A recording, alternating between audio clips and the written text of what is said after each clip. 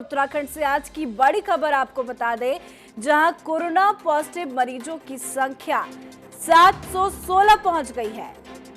देहरादून में 17, नैनीताल में 82, अल्मोड़ा में 6 मरीज मिले, पौड़ी में 3, उत्तरकाशी में 4, हरिद्वार में 1 मरीज मिला। राज्य में 114 नए कोरोना पॉजिटिव मरीजों की संख्या में बढ़ोतरी हुई है। तो लगातार संख्या में ज्यादा से ज्यादा इजाफा देखा जा रहा है। एक साथ राज्य में 114 नए कोरोना पॉजिटिव के मामले सामने आए। देहरादून में 17, नैनीताल में 82 नए मामले सामने आए हैं। और इस खबर पे ज्यादा अपडेट के साथ सीधा चलते हैं देहरादून, जहां से हमारे संवाददाता अजीत काम्बोज हमारे साथ लाइव बने हुए हैं। अजीत, काफी ज्यादा चिंता का विषय बन गया है।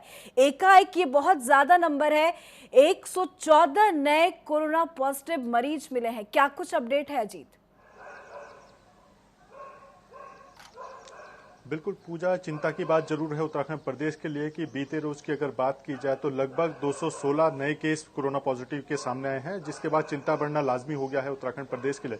राज्य सरकार दावे जरूर कर रही है कि तमाम स्वास्थ्य व्यवस्था यहाँ पर बेहतर की गई है, लेकिन जिस तरह से कोरोना पॉजिटिव निकलकर सामने आ रहे हैं उसके बाद चिंता भी उत्तराखंड की बढ़ चुकी है। कल दोपहर को 2 बजे जो हेल्थ बुलेटिन स्वास्थ्य विभाग की तरफ से जारी किया गया था, उसमें 102 नए मरीज सामने आए थे। और 2 बजे के बाद से रात को 8 बजे तक की अगर बात की जाए तो 8 बजे को एक बार फिर से 8 बजे हेल्थ बुलेटिन जारी किया गया, जिसमें 114 नए केस सामने आए। तो दोपहर 2 बजे से रात के 8 बजे तक के बीच में ये 114 नए मामले सामने आए हैं। और कल की अगर बात की जाए तो 29 मई को कुल 216 नए कोरोना पॉजिटिव के मरीज सामने आए हैं। तो देखा जाए तो साफ तौर पर जितने भी प्रवासी उत्तराखंड की घर वापसी कर रहे हैं उन सभी में कोरोना पॉजिटिव के लक्षण निकलकर सामने आ रहे हैं, जिसके बाद सभी क्वारंटाइन जरूर किया गया है। और अब जब सैंपल्स उनके कलेक्ट करने के बाद रिपोर्टें सामने आ रही है तो इस तरह का इजाफा लगातार आ रहा है। और अब की अगर बात की जाए तो सीधे तौर पर 700 से ज्यादा मरीज उत्तराखंड में हो चुके हैं। आधिकारिक जो हेल्थ बुलेटिन जारी किया गया था देर रात 8 बजे के करीब, और अभी तक अगर विभागीय सूत्रों की माने तो लगभग 1 दर्जन से ज्यादा मरीज अभी तक सामने आ चुके हैं रात 8 बजे के बाद।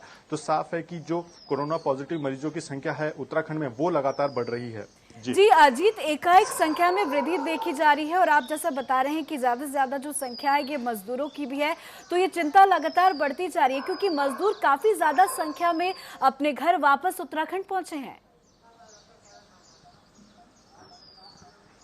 बिल्कुल, अगर उत्तराखंड प्रदेश की बात की जाए तो काफी संख्या में उत्तराखंड के जो प्रवासी हैं वो देश के अन्य राज्यों में रहते हैं।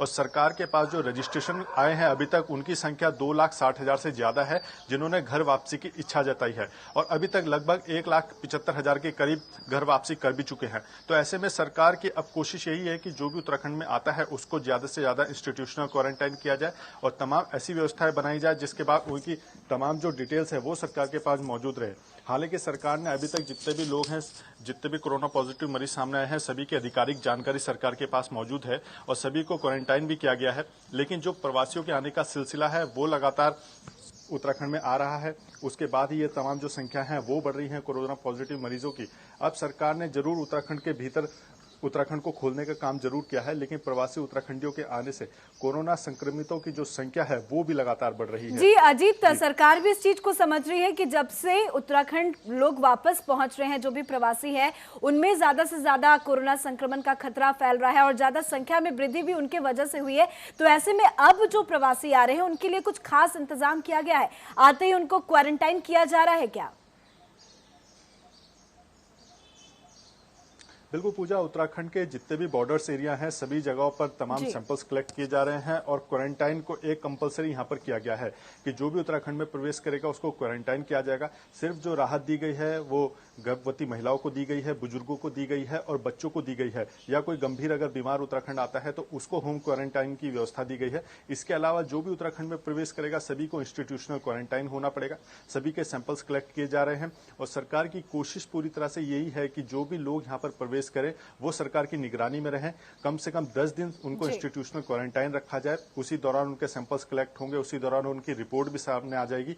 तो साफ हो जाएगा कि जो भी व्यक्ति उत्तराखंड में आया है वो नेगेटिव है या पॉजिटिव है। और अभी तक जो आंकड़ा 716 के करीब पहुंचा है ये उन्हीं लोगों का है जो अन्य राज्यों से उत्तराखंड में आए हैं। इनकी सभी की आधिकारिक जानकारी सरकार के पास मौजूद है।